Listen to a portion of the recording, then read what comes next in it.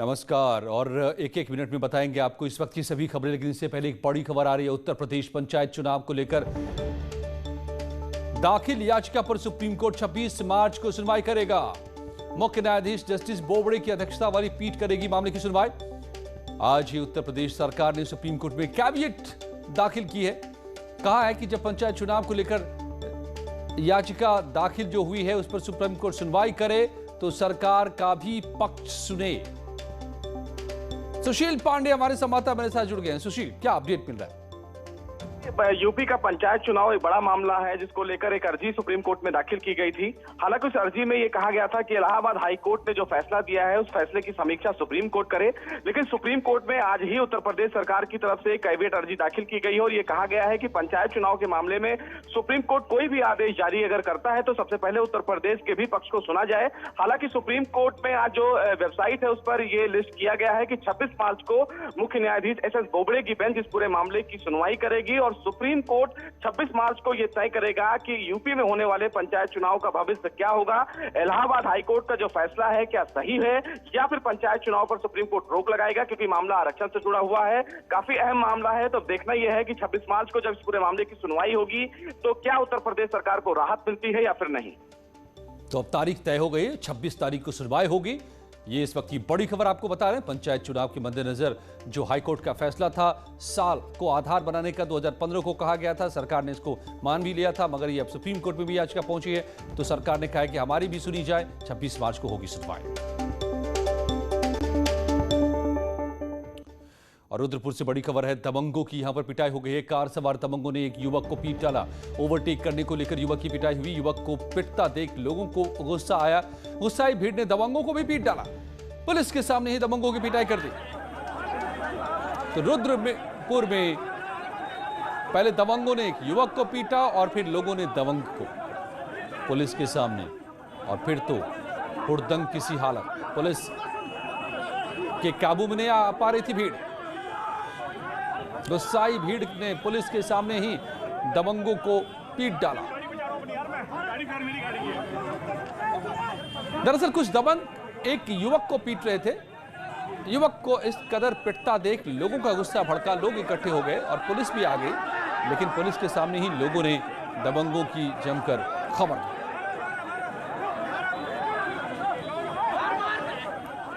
और अब इस वक्त की सभी खबरें एक एक मिनट में। प्रयागराज के फूलपुर में यूरिया बनाने वाली इफ्को फैक्ट्री में बॉयलर फटने से बड़ा हादसा हो गया। हादसे में फैक्ट्री में काम कर रहे 2 मजदूरों की मौत हो गई, जबकि 10 से ज्यादा मजदूर घायल हो गए। तस्वीरों में देखकर आप अंदाजा लगा सकते हैं कि धमाका कितना तेज था। घायलों को अस्पताल में भर्ती कराया गया है। हादसे के बाद प्लांट के कर्मचारियों ने मैनेजमेंट पर लापरवाही का आरोप लगाकर नारेबाजी की। ये स्थिति आए दिन ये घटना बराबर होती है। कहीं गैस पाइप फटता है, कहीं बॉयलर ट्रिप करता है, कहीं बॉयलर फट जाता है। इफ्को प्रशासन के पास पैसा पुरस्कार बांटने के लिए है, तमाम धार्मिक स्थलों के लिए है, लेकिन जिन मजदूरों के बने संघर्ष से, खून पसीने से ये संस्थान चलता, जो इससे सबसे बड़ा संस्थान है, लेकिन उनके लिए, उनकी सुरक्षा के लिए। दिसंबर 2020 में भी इफ्को फैक्ट्री में अमोनिया गैस का रिसाव होने से 2 अधिकारियों की मौत हो गई थी। एक बार फिर फैक्ट्री में हादसा होने पर लोगों में भारी आक्रोश है। फैक्ट्री प्रबंधन पूरे मामले में कुछ भी बोलने को तैयार नहीं है। मुख्यमंत्री योगी आदित्यनाथ ने आज असम में ताबड़तोड़ 3 चुनावी रैलियां कर कांग्रेस पर हल्ला बोल दिया। योगी ने कहा कि पीएम मोदी की एक्ट ईस्ट नीति से पूर्वोत्तर की पहचान बदली है। 5 साल पहले असम अशांत था, लेकिन यहां से घुसपैठियों को अब बाहर निकाला गया। योगी ने कहा कि बीजेपी की सरकारों ने लोगों को केंद्र सरकार की हर योजना के साथ जोड़कर विकास को रफ्तार दी, गरीबों को मुफ्त में आवास दिए। बीजेपी जो कहती है वो करती है। भारतीय जनता पार्टी नेतृत्व की सरकार ने प्रधानमंत्री मोदी जी के नेतृत्व में, उनके मार्गदर्शन में असम के अंदर सबका साथ सबके विकास की नीति के अंतर्गत यहां के प्रत्येक तबके के लोगों को सम्मान देना प्रारंभ किया, उनसे संवाद बनाना प्रारंभ किया, विकास की प्रक्रिया को एक एक नागरिक के साथ जोड़ने का कार्य प्रारंभ किया। आज उसके बेहद अच्छे परिणाम हमें असम के अंदर देखने को मिल रहे हैं। बंगाल के बाद असम में भी योगी की रैलियों में जय श्री राम के नारे लगे। असम के जयपुर देव की रैली में सीएम योगी ने खुद मंच से जय श्री राम के नारे लगवाकर लोगों में जोश भर दिया।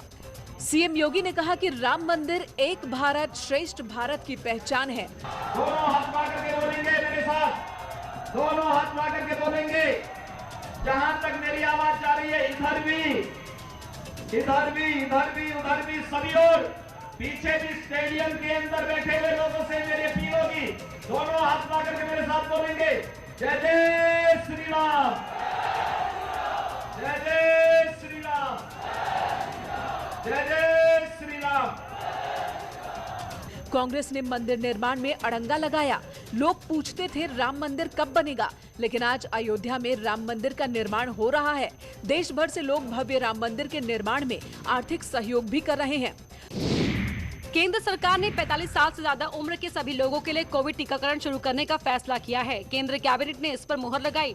केंद्रीय मंत्री प्रकाश जावड़ेकर ने कहा कि 1 अप्रैल से 45 साल से ज्यादा उम्र का कोई भी व्यक्ति टीकाकरण करा सकता है।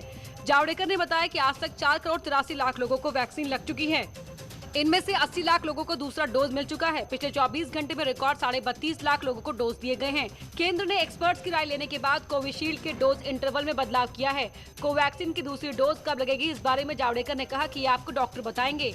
कोविशील्ड के लिए 2 डोज के बीच पहले 4 से 6 हफ्तों का अंतराल मिलता था, अब इसे 4 से 8 हफ्ते कर दिया गया है। दिल्ली के बाद यूपी सरकार ने होली की पार्टियों पर रोक लगा दी है। यूपी सरकार ने भी आदेश जारी कर कहा कि होली के दिन रेन डांस पार्टी और शराब पार्टी नहीं होगी। बिना अनुमति किसी भी प्रकार का कार्यक्रम नहीं होगा।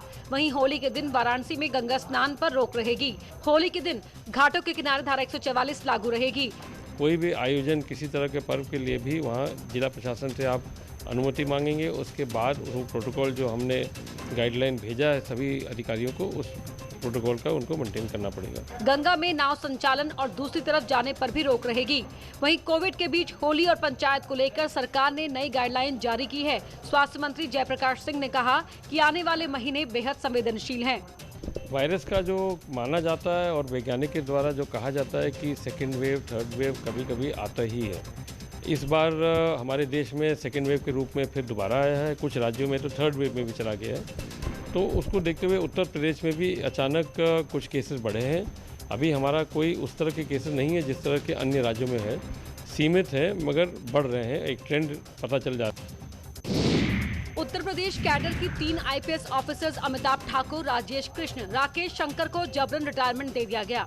यूपी में तैनात ये तीनों वरिष्ठ आईपीएस ऑफिसर गृह मंत्रालय की स्क्रीनिंग में सर्विस के लिए अनफिट पाए गए, जिसके बाद इनको सर्विस से आउट कर दिया गया। गृह मंत्रालय ने 3 महीने के वेतन के साथ तीनों को रिटायर किया। आईपीएस अमिताभ ठाकुर के खिलाफ कई मामले चल रहे थे। उन पर करप्शन के आरोप थे। ठाकुर यूपी पुलिस में आईजी रूल्स एंड मैनुअल थे और अक्सर विवादों में रहते थे। कई जिलों में अहम जिम्मेदारी निभा चुके आईपीएस राजेश कृष्ण पर आजमगढ़ में पुलिस भर्ती में घोटाले का आरोप था। आईपीएस राकेश शंकर भी कई अहम जिम्मेदारियां निभा चुके हैं। फिलहाल डीआईजी स्थापना के पद पर तैनात आईपीएस राकेश शंकर की 2 साल पहले देवरिया शेल्टर होम केस में संदिग्ध भूमिका थी, जिस पर एक्शन लिया गया। पीलीभीत में 2 लड़कियों की हत्या से सनसनी फैल गई। एक लड़की 17 साल की थी और दूसरे की उम्र 20 साल। दोनों ईंट भट्टे पर काम करती थी। दोनों के शव अलग अलग जगहों पर मिले। एक का शव जमीन पर तो दूसरे का पेड़ से लटकता हुआ मिला। पुलिस का कहना है दोनों के गले पर चोट के निशान हैं। रात 10 बजे लड़कियां शौच के लिए निकली थी, लेकिन लौटकर नहीं आई। जानकारी के बाद पुलिस के आला अधिकारियों ने घटनास्थल का दौरा किया। घटना के खुलासे के लिए पुलिस की एक टीम बनाई गई, जो इस बात की जाँच करेगी कि दोनों लड़कियों को किसने और क्यों मारा। ठीक से इन्वेस्टिगेट कर रहे हैं कि ये घटना क्यों हुई और उसका कारण क्या है। अभी जो चोटों का शरीर पर देखा गया तो गले पर जो बच्ची लटकी हुई थी उसके तो निशान है ही है। जो बच्ची इनको रात में मिल गई थी करीब 10 बजे के आसपास, उसके गले पर भी निशान दिखाई दे रहे हैं। हम लोग पूरा इन्वेस्टिगेट कर रहे हैं कि ये घटना क्यों हुई, किन लोगों ने की और किस कारण से हुई है। बरेली में युवती के अपहरण का वीडियो सोशल मीडिया पर जमकर वायरल हो रहा है। वीडियो वायरल होने के बाद परिजनों की तहरीर पर बारादरी थाना पुलिस ने गौरी शंकर नाम के लड़के पर मुकदमा दर्ज करा लिया है। एसएसपी ने बताया कि लड़का लड़की का पिछले कई सालों से प्रेम प्रसंग चल रहा था। लड़की अपनी मर्जी से अपने प्रेमी के साथ गई है। वीडियो फुटेज में लड़की अपने मौसेरे भाई के साथ आती हुई दिखाई दे रही है और फिर दूसरा युवक आकर युवती को ले जा रहा है। जो युवक आता हुआ दिख रहा है वो लड़की का जानकार है। युवती अपनी मर्जी से उसके साथ गई है। फिलहाल मुकदमा दर्ज कर लिया गया है। जल्द लड़की बरामद करने की बात कही जा रही है। प्रकरण में थाना बारादरी में मुकदमा 366 आईपीसी के अंतर्गत दर्ज है। इस पूरे प्रकरण में ये बताना है कि जिस लड़के के साथ और 2 लड़कों के साथ वो जाती है, उसका उससे 7 साल से प्रेम प्रसंग चल रहा था और उस लड़के के साथ वो भागकर चली गई है। इस पूरे प्रकरण में मुकदमा दर्ज है और लड़की और उसके जो अन्य 2 साथी जिनके साथ वो गई है उनको बरामद करने का प्रयास चल रहा है और जल्दी उनको बरामद कराकर उसमें अग्रतर कार्रवाई की जाएगी। लखनऊ के गोमती रिवर फ्रंट घोटाले में तत्कालीन अधिशासी अभियंता रूप सिंह यादव के खिलाफ मुकदमा चलाया जाएगा। इसकी इजाजत यूपी सरकार ने दे दी है। रूप सिंह के साथ ही कई और अधिकारियों के खिलाफ भी केस चलाने की इजाजत सरकार ने दी है। रिवर फ्रंट के काम में भारी अनियमितताएं सामने आई थी। मामले की जांच सीबीआई कर रही है। अब शासन से अनुमति मिलने के बाद रूप सिंह यादव के खिलाफ कोर्ट में मुकदमा चलेगा।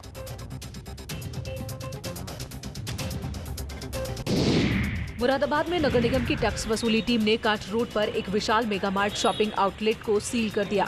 शॉपिंग मॉल पर 17 लाख से ज्यादा रुपए के कॉमर्शियल टैक्स का बकाया है। नोटिस भेजने के बावजूद जब बकाया रकम का भुगतान नहीं हुआ तो ये कार्रवाई की गई। 17,45,000 रुपये बकाया था।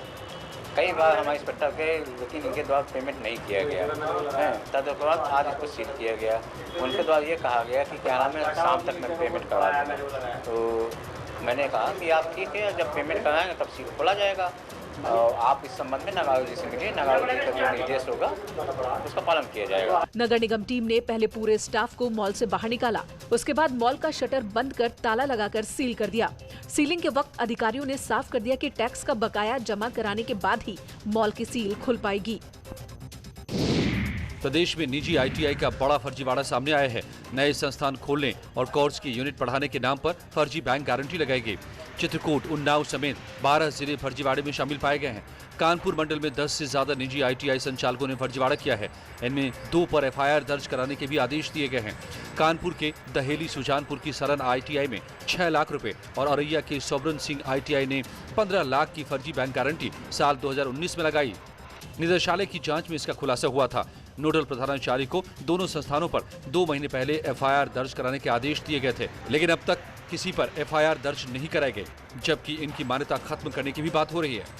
कतिपय संस्थानों की जो फर्जी बैंक गारंटी सबमिट किए थे उसकी सूचना मुख्यालय ने, क्योंकि एफिलिएटिंग एजेंसी हमारी भारत सरकार है, वहाँ वो प्रकरण डिफर हो चुका है कि उनके एफिलिएशन को निरस्त किया जाए। कुछ आईटीआई के जिनकी मान्यता हो चुकी थी उनको एफआईआर करने के भी ऑर्डर विभाग ने जारी किए हैं। आने वाले समय में इन संस्थानों की मान्यता खत्म की जाती है तो यहां से जारी प्रमाण पत्र भी संदेह के घेरे में होंगे। इसका असर छात्रों के भविष्य पर भी पड़ेगा। बरेली में आवारा सांड का आतंक देखने को मिला। बारादरी थाना क्षेत्र में सांड ने बुजुर्ग को सींग से उठाकर सड़क पर पटक डाला। इससे वो पूरी तरह घायल हो गए। बुजुर्ग को पटकने के बाद सांड ने कई और लोगों को टक्कर मारकर घायल कर दिया। उत्पात मचाने के बाद सांड तेज रफ्तार से दौड़ते हुए निकला। गनीमत रही कि उस वक्त सांड से कोई नहीं टकराया, वरना और लोग जख्मी हो सकते थे।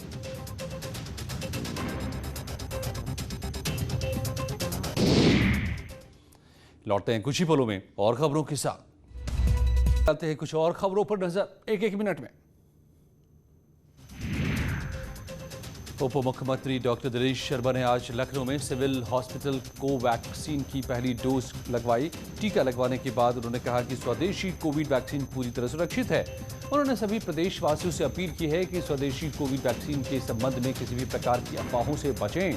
शर्मा ने अपील की है कि सभी लोग निसंकोच ये वैक्सीन लगवाएं एवं कोरोना मुक्त समाज बनाने में सहभागी बने।